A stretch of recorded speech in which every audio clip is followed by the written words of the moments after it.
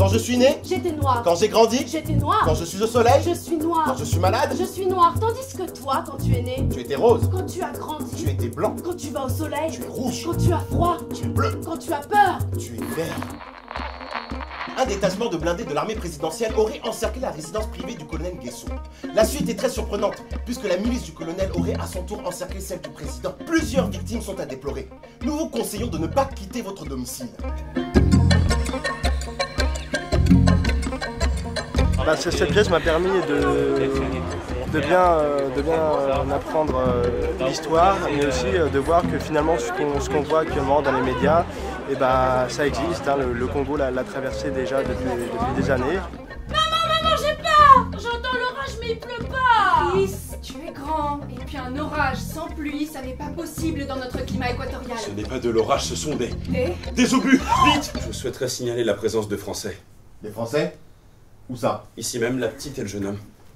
Tu te moques de moi? Ils ne sont pas blancs, ce sont des Congolais. Ils ont des passeports français. Et ce qui était intéressant, c'était que c'est amené de manière très pédagogique. Donc ça permettait d'apprendre plein de choses. Et on se disait que c'est un conflit qu'on ne connaît pas forcément très bien. Donc c'est chouette de faire le focus dessus. Ce magnifique pays, le Congo, et cette sublime ville, Brazzaville, sont toutes deux très convoitées. Nous possédons une matière qui s'appelle le pétrole, qui pousse les hommes à s'entretuer. Moi j'ai trouvé en fait qu'il nous permet vraiment de rentrer au cœur de ce que peut être une guerre pour des civils, ce qu'on ne voit pas souvent dans les actualités. Et c'est raconté de telle sorte que vraiment on y est aussi, on fait partie de sa famille. Nous n'avons qu'un lit car c'est la seule chose qu'ils peuvent nous donner. Tu comprends, nous sommes des milliers de réfugiés ici. Ce camp a été aménagé pour nous héberger en urgence, mais les moyens mis en place ont été réduits. Oui, nous faisons caca dans le même trou, mais si tu dois choisir entre partager les excréments de tout le monde ou se faire tuer, moi je n'ai pas hésité. Il a vraiment transfiguré le réel pour le faire passer en mode théâtral, et ça nous a touchés dans l'ensemble parce que c'est une histoire que tout le monde pourrait vivre. Je vais enfoncer une aiguille dans son pied pour retirer le venin restant. Prêt? 1, 2... Sais-tu à quoi il va nous servir?